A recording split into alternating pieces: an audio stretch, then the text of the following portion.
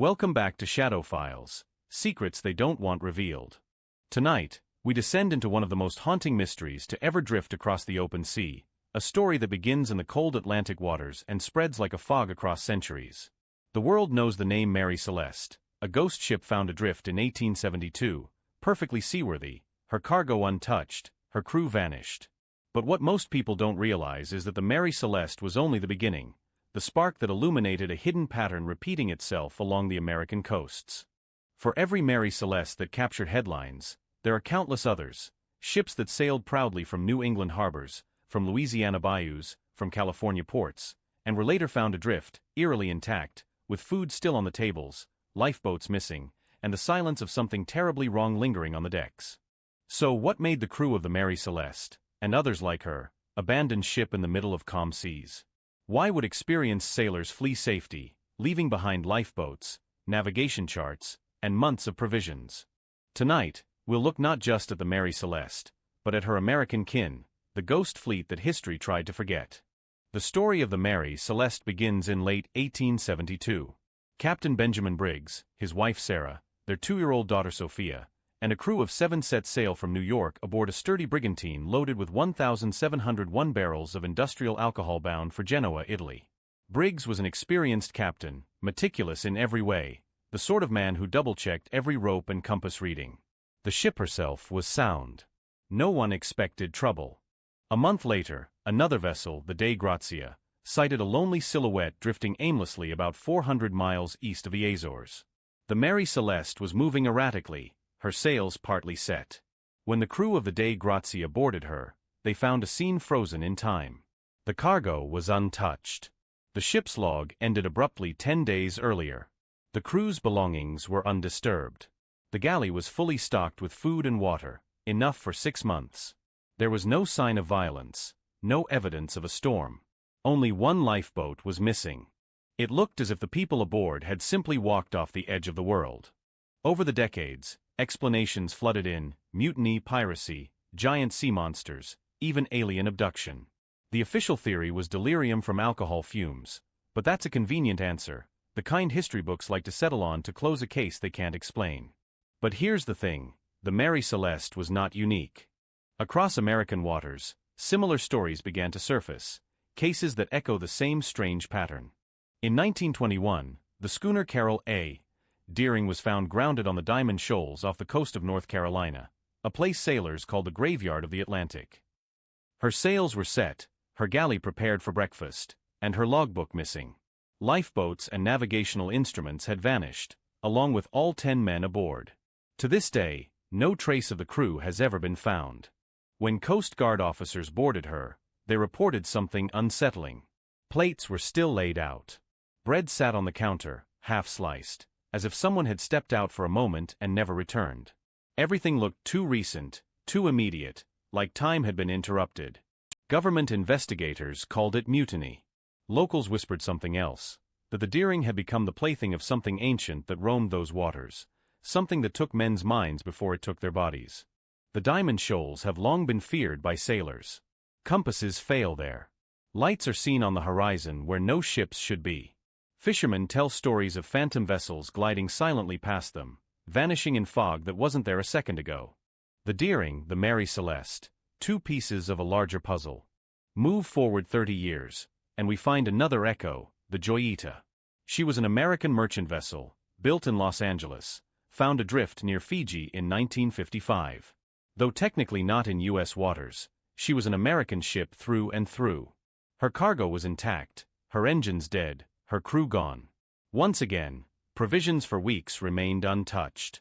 The ship's clock had stopped at 10:25, as if reality itself had taken a pause. When investigators boarded her, they noticed something odd: bloodstains on the deck, an open doctor's bag, and missing lifeboats. There was no sign of a struggle, no bullet holes, no indication of panic. Just the quiet aftermath of something inexplicable. Every ghost ship has its rhythm, a kind of silence that speaks louder than screams. It's the silence of decision, of a crew choosing, for reasons beyond comprehension, to abandon safety for oblivion.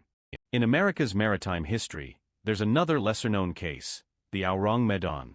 Though technically of uncertain registry, Many believe she was part of a U.S. intelligence operation in the late 1940s. The story goes that a distress call crackled over the radio. All officers, including the captain, are dead, lying in chart room and bridge. Possibly whole crew dead. Moments later, ED. When rescue ships found the Medon adrift, her crew was indeed dead, every man frozen in place, mouths open in silent terror, eyes staring toward the sky. No Injuris, no Poison, no Barnes. When the rescuers tried to tow the ship, she suddenly exploded and sank, taking her secrets with her. Officially, the case was never recorded. Unofficially, it's whispered about in the archives of maritime intelligence. So what connects these stories? The Mary Celeste, the Deering, the Joyita, the Medon. Different centuries, different oceans, but the same eerie pattern. Ships found perfectly intact, yet emptied of life. It's tempting to see these as isolated events. But what if they're not? What if the ocean itself keeps records, not on paper, but in patterns, repeating the same scene over and over like a warning? Some historians suggest natural explanations: rogue waves, carbon monoxide leaks, waterspouts. But sailors who've seen the open sea know better. There's a different language out there, one written in fog, in compass needles that spin without reason, in footsteps echoing across empty decks. Imagine this: you're aboard the Mary Celeste. The night is calm, stars reflected on the black water. You're off duty, maybe writing a letter home. Then a faint vibration passes through the hull, not from wind, not from tide, but from something else. The captain goes topside. There's nothing there. The sea is glass. And yet, you feel watched. In the logbook, the last entry reads, at 8 a.m., observed strange cloud on horizon. Low and dense. That's it. The final words ever written aboard the Mary Celeste. A strange cloud. The same kind of cloud that sailors off Cape Hatteras claim to see before their radios go dead. The same dense mist described by modern fishermen before their instruments malfunction. A pattern that links the 19th century to the 21st. Even now, ships in American waters report ghost radar returns, signals of nearby vessels that don't exist. Some vanish mid-scan. Others seem to follow. The Navy calls them false echoes. Old sailors have another name: the Second Fleet. The U.S. Coast Guard archives include dozens of unsolved drift reports, vessels found unmanned, with no distress calls, sometimes just days after leaving port. Many are omitted from public databases. Others are quietly written off as operator error. But maybe it's not error. Maybe it's something recurring, a force that draws people away from their ships, lures them over the side like sirens of old, and leaves behind only stillness.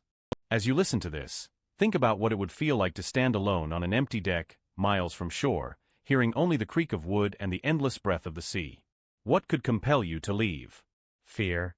Hallucination? Or the overwhelming sense that something is calling from below? The ocean doesn't give up her dead easily. And perhaps, she doesn't take them all at once. There's a place off the coast of California where the fog rolls in too fast, where compasses turn lazy, and radar flickers with phantom echoes. The fishermen who work those waters call it the Quiet Belt. They say that once every few years, a vessel is found drifting there, empty, silent, engines off, decks clean, as if waiting for someone to return. In 1942, during the height of World War II, one such vessel appeared in San Pedro Bay. It wasn't a ship at all, it was a blimp. The U.S. Navy's L-8, part of the Ghost Blimp Squadron, took off from Treasure Island with two experienced pilots, Lieutenant Ernest Cody and Ensign Charles Adams. The mission was simple: a short patrol to check for Japanese submarines along the coast. The blimp was seen flying low over the ocean, dropping flares. Then it drifted inland toward Daly City, floating silently until it collided with a hill. When rescuers arrived, they expected the worst, but instead, they found the cabin intact, engines running, radios functional, and both pilots gone. Their parachutes were still on board. Their life vests were untouched. The door was open. Just like the Mary Celeste, the L-8 had been perfectly operational. There was no sign of a struggle. The blimp had even flown itself back toward land, as if guided by invisible hands. The newspapers called it the Ghost Blimp of San Francisco. The Navy's report concluded, cause of disappearance unknown. You begin to notice the pattern. The vessels are always in working order. The provision untouched. The exit open. The people gone. Almost a century later, in 2007, another American mystery echoed the same tune, this time in the Pacific, off the coast of Australia, but with an American-made yacht named Cas-2. The Coast Guard found it adrift near the Great Barrier Reef. The table was set for dinner. A laptop was open, still running. The sails were neatly trimmed. The engine was humming softly. 3 men had been aboard, experienced sailors.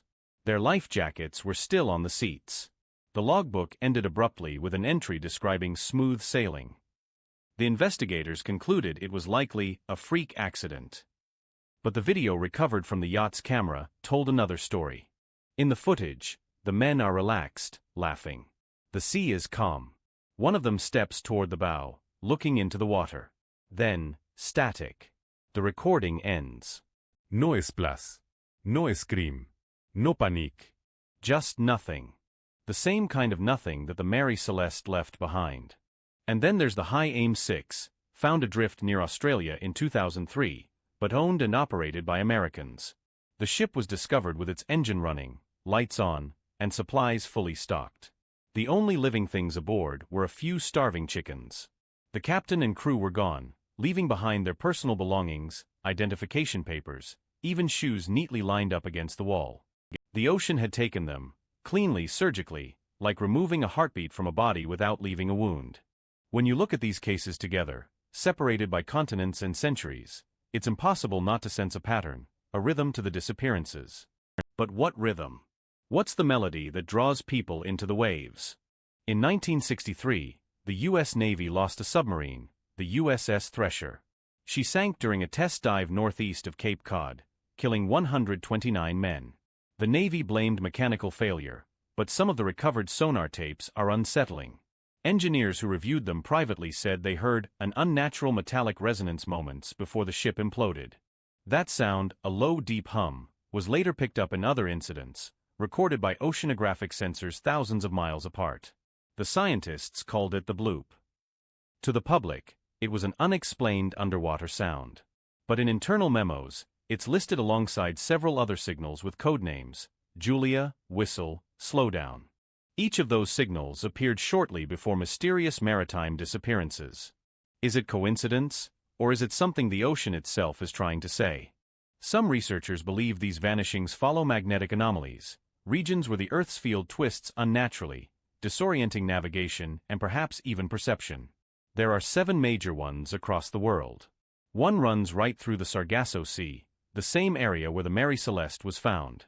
Another cuts along the coast of North Carolina, the graveyard of the Atlantic, where the Carroll A. Deering was discovered. Maybe it's not madness or mutiny that drives sailors to abandon ship. Maybe it's the feeling. Imagine the air around you thickening, the hum of the hull deepening, your instruments starting to spin. You taste metal in your mouth. You feel watched. And then something, call it instinct, call it terror, tells you to get out. You don't think. You just move. You lower the lifeboat. You row. And when you look back, the ship is still there, calm, quiet, waiting. But you never make it home. In some of the declassified Coast Guard reports, sailors describe seeing shadows beneath the hull. Not fish. Not whales. Something slower, larger, shapeless, like the sea itself shifting under them. One 1958 report mentions an inverted reflection, as if a second version of the ship appeared beneath the waves, mirroring their every move. Moments later, their radio went dead. They called it a mirror sea. Others speak of the whisper. A sound that's not sound, more like a thought pressed against your skull. It doesn't come from outside. It blooms inside your head. Words without language. A call without a voice. And when it comes, you stop thinking about the ship. You stop caring about the safety of steel and wood. You just want to move toward it. There are log entries from 1893, written by American whalers off the coast of Maine, describing a low tone that made men walk into the sea like sleepwalkers. Centuries later, submariners report the same phenomenon, brief lapses in memory, moments where they hear something faint over the sonar, something they describe as a voice humming beneath the frequency of thought. No one can prove any of it. And yet, the pattern remains. Some skeptics point to methane hydrates, frozen gas pockets beneath the ocean floor that can erupt, destabilizing ships and creating localized fogs. A plausible theory. But it doesn't explain why, in every case, the vessels remain intact. It doesn't explain the bloodstains, the open logbooks, the stopped clocks. Others suggest a more psychological answer, that the isolation of the sea itself breaks people. That fear, exhaustion, and superstition combine to create mass hysteria. But mass hysteria doesn't leave half-eaten meals and still burning lamps. There's a story often told among American sailors, not in books, not in reports, but whispered in bars near harbors like Gloucester, Galveston, or New Orleans. It's the story of the caller. They say every few decades, a ship will hear something over the radio, a single wordless tone that cuts through all frequencies. It's faint, steady, and almost melodic. If you hear it, you can't unhear it. Within days, the ship begins to drift. Lights flicker. Tools vanish. People report seeing figures on deck that aren't there. Then, one by one, the crew disappears. The caller never speaks. It just hums.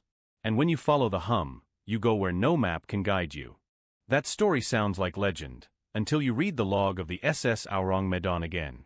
All officers, including the captain, are dead, lying in chartroom and bridge. Possibly all crew dead. And then, He die. 2 words that end the message. But the radio operator who received it later told investigators that before the final words, he heard a faint sound in the background, not static, not Morse code. A tone. A hum. The same hum described by the men of the Deering. The same one recorded by the Thresher's sonar before she vanished beneath the waves. Coincidence? Or connection? The ocean is the last untamed wilderness. We map its surface, but beneath lies something older than language, older than life itself.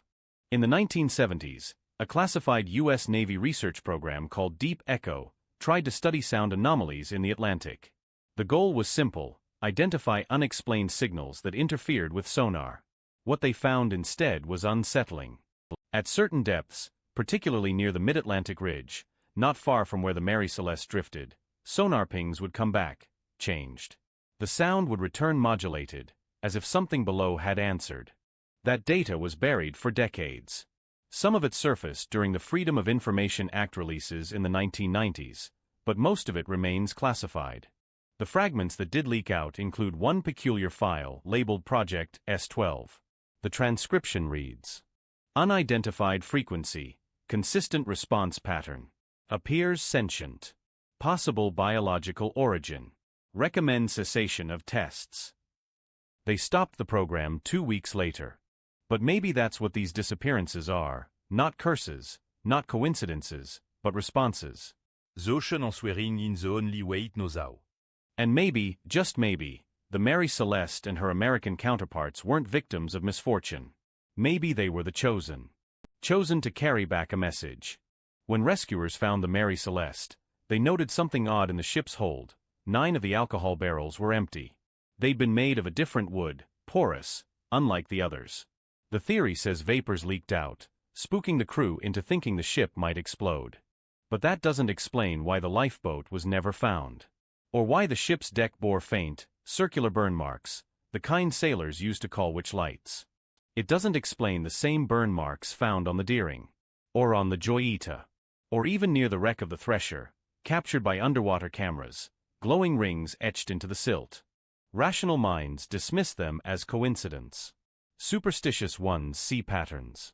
And somewhere between the two lies the truth, that the sea holds its secrets close, whispering them only to those willing to listen. Because maybe the sailors didn't abandon their ships at all. Maybe they were invited. And maybe the invitation still drifts on the tides, waiting for the next crew to accept. Every year, in American coastal waters, at least a dozen unmanned vessels are found, from tiny fishing boats to large trawlers. Most are explained away: mechanical failure, storms, human error. But the Coast Guard knows, the numbers don't add up. Too many of them are found under the same eerie conditions: calm weather, no distress call, full supplies, open logs.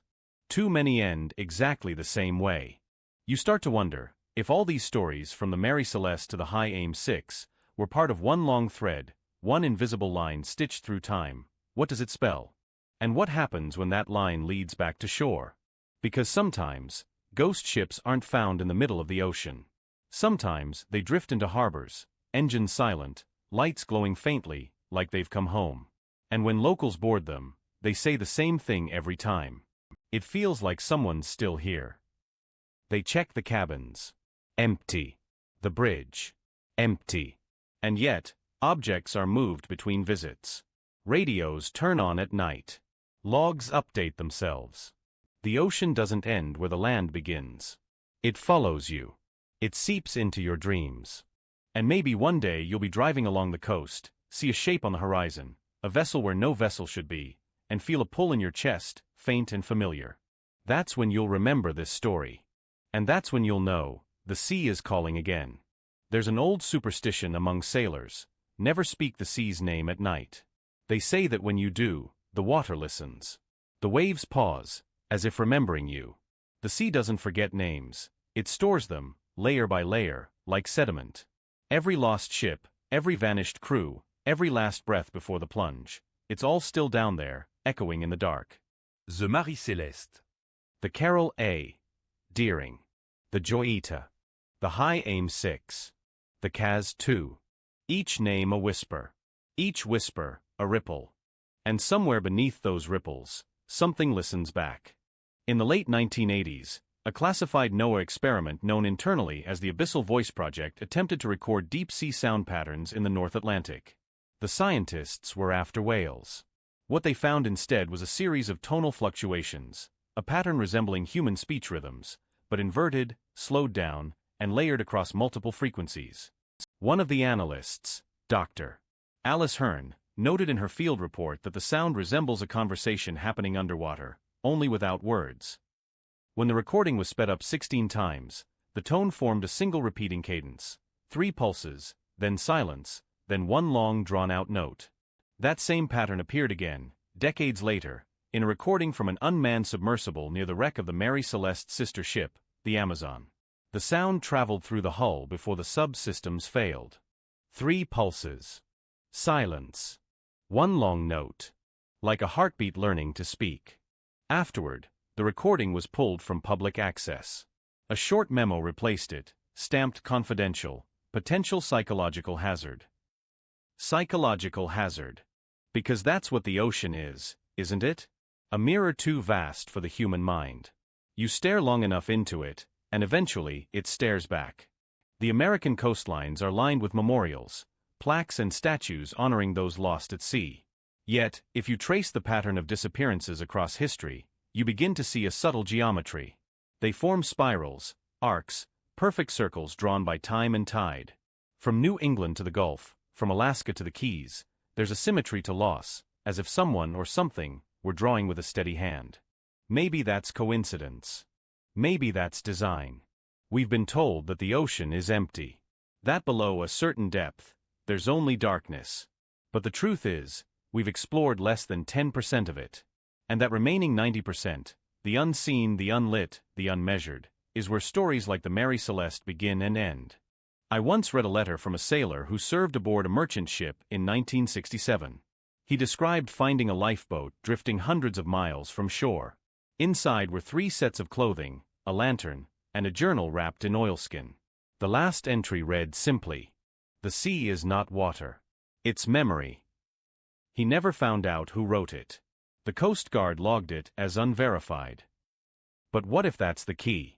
What if every ghost ship, every vanished crew, is part of that memory, the sea's attempt to remember itself through us? Look again at the evidence. The same conditions, the same calm weather, the same untouched supplies. Ships that seem almost staged, like exhibits in some museum of human disappearance. What if the ocean doesn't destroy these vessels because they're part of the message?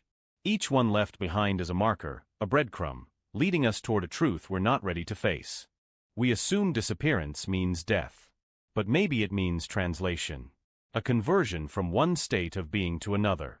What if the sailors of the Mary Celeste didn't die at all? What if they crossed over, stepping through the veil between the known and the unknowable? There are unconfirmed testimonies from the early 1900s, collected by the Maritime Historical Society in Boston. Fishermen claimed they sometimes saw figures on the fog, shadows walking across low mist, moving with purpose. They described hearing voices, not cries for help, but something like laughter carried by the wind. One man swore he saw a brigantine, an old-fashioned ship with white sails, glide silently across the horizon, glowing faintly under the moon. He said it vanished the moment he tried to signal it. When shown old paintings, he pointed at the Mary Celeste without hesitation. If the story is true, then perhaps not all ghost ships are empty. Perhaps some still carry their crews, only we can't see them anymore. The native peoples of the Pacific Northwest tell of Note Cyclone's Sea Road, a path beneath the waves where the spirits of the lost walk endlessly toward the horizon. Sailors vanish when they hear the song of the sea road, drawn toward its melody. Sound familiar? That same hum. That same call. In 2003, a NOAA hydrophone recorded a deep rhythmic tone in the Gulf of Mexico. At first, it was thought to be seismic activity. But after further analysis, it showed modulation, like an intentional signal. The frequency matched the range of human speech, though no voice was detected. The sound lasted 6 hours.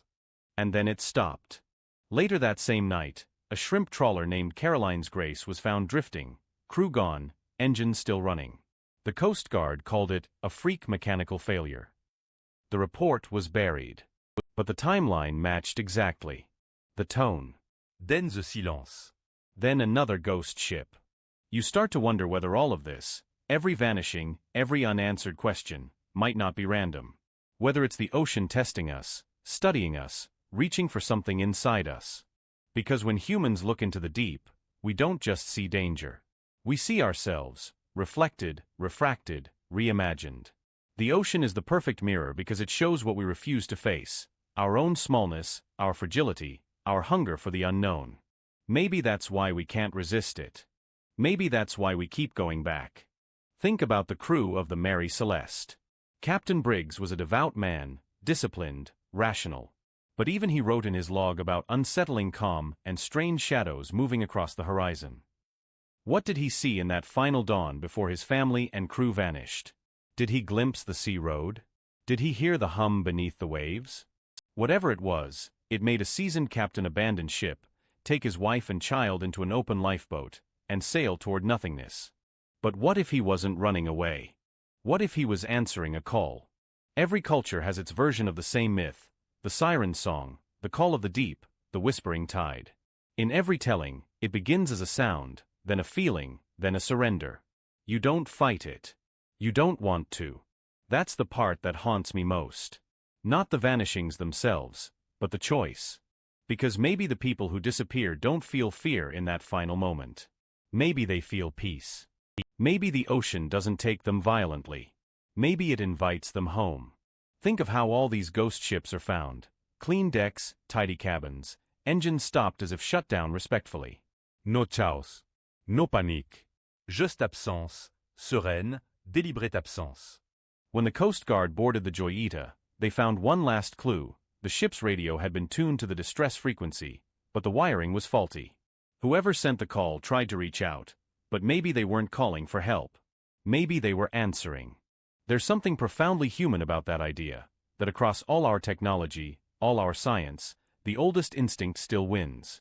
The instinct to listen to what lies beyond comprehension. The ocean isn't just a body of water.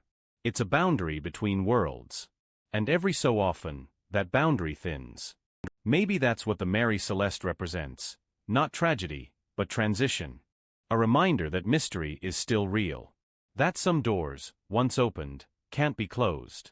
And that, in the grand silence of the sea, our voices are never truly gone.